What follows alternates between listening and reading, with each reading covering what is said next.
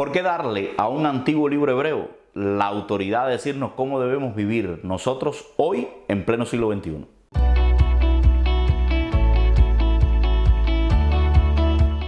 La iglesia ha tenido por mucho tiempo una expresión para definir nuestra relación con la Biblia. La expresión dice así: la Biblia es nuestra norma de fe y conducta.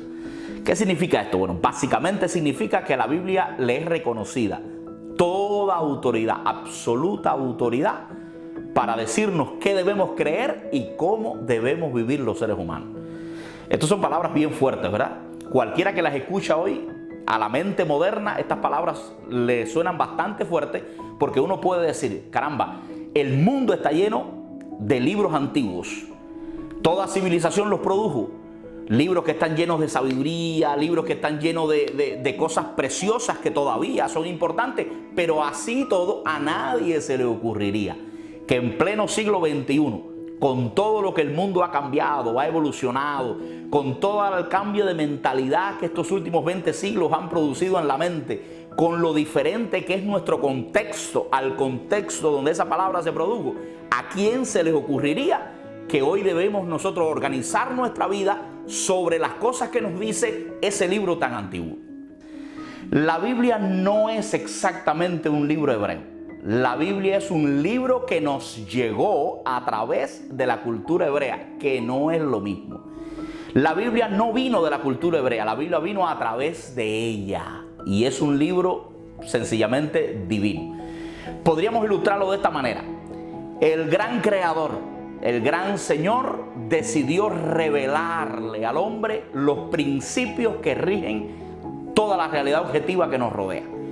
Dios decidió no quedarse con las explicaciones de todo, vamos a decirlo así, sino dársela al hombre, darla a entender al hombre.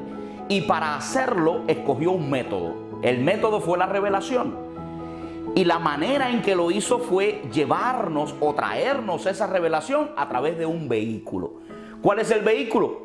Hombres y mujeres, personas concretas que vivían en una época concreta, que vivían en un lugar específico, que vivían bajo cierta cultura específica.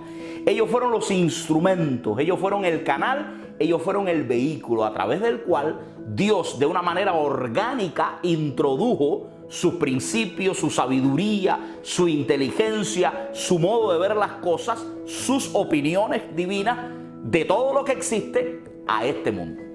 De tal manera que cuando uno lo ve así, uno se da cuenta entonces que no se le puede atribuir el contenido de la Biblia a ninguna persona, ningún país, ninguna nación, ni siquiera ninguna época determinada. La Biblia es divina. La mente de Dios es la que está en ella y no la mente de las personas. El envoltorio tiene que ver, por supuesto, con un lugar, tiene que ver con una cultura, con hechos específicos. En la Biblia nos podemos encontrar historias específicas de ese pueblo, de esa nación, su costumbre, sus métodos de hacer las cosas. Todo tiene un envoltorio específico de una época y una cultura específica, pero el contenido que hay dentro, el valor que hay dentro, no está, de hecho no está atado a un momento específico de la historia. Dios usó un momento específico de la historia para entrar en él con la información que tú y yo necesitamos para entenderle a él, para conocerle a él y para entender también todas las cosas. Si no es un libro hebreo, tampoco es un libro antiguo, porque la pregunta ¿es Dios antiguo? Algunos quizás puedan reírse y decir, bueno, sí, Dios es bastante viejo, dicen que antes que todo existiera ya él existía. Pero la palabra antiguo no se le puede ser aplicada a Dios por la sencilla razón de que Dios siempre ha existido. Vamos a verlo así. No hay un punto en la historia hacia atrás, de donde estamos nosotros ahora, donde Dios no existiera ya. Nunca ha habido un momento en que Dios no exista. Pero déjame decirte algo, también existe hoy. Y en las mismas condiciones y de la misma forma, sin ningún tipo de cambio, ni mudanza, ni evolución, ni ningún tipo de alteración, que como existió siempre. Y además de eso, siempre existirá. Te acabo de describir algo que se llama eternidad. Dios ni es viejo ni es joven.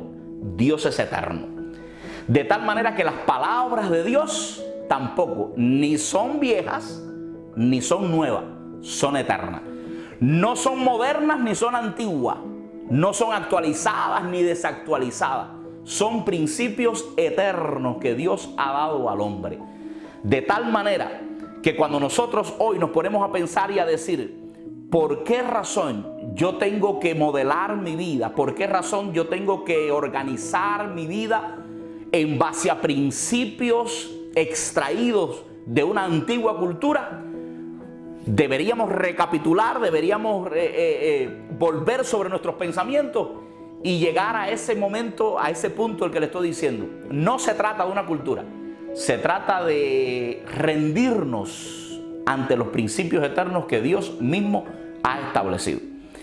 La propia palabra nos tiene a Dios diciendo, cielo y tierra pasarán, pero mis palabras no pasarán. Significa, las modas cambian, las épocas pasan, las civilizaciones surgen y mueren, las corrientes de pensamiento evolucionan, todo en este mundo se transforma excepto, eso es lo que quiere decir ese versículo, excepto los principios eternos que han salido de la mente de ese Dios que le dio vida a todo lo que existe a nuestro alrededor.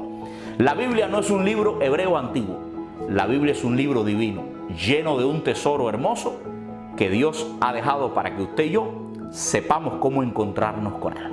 Dios te bendiga.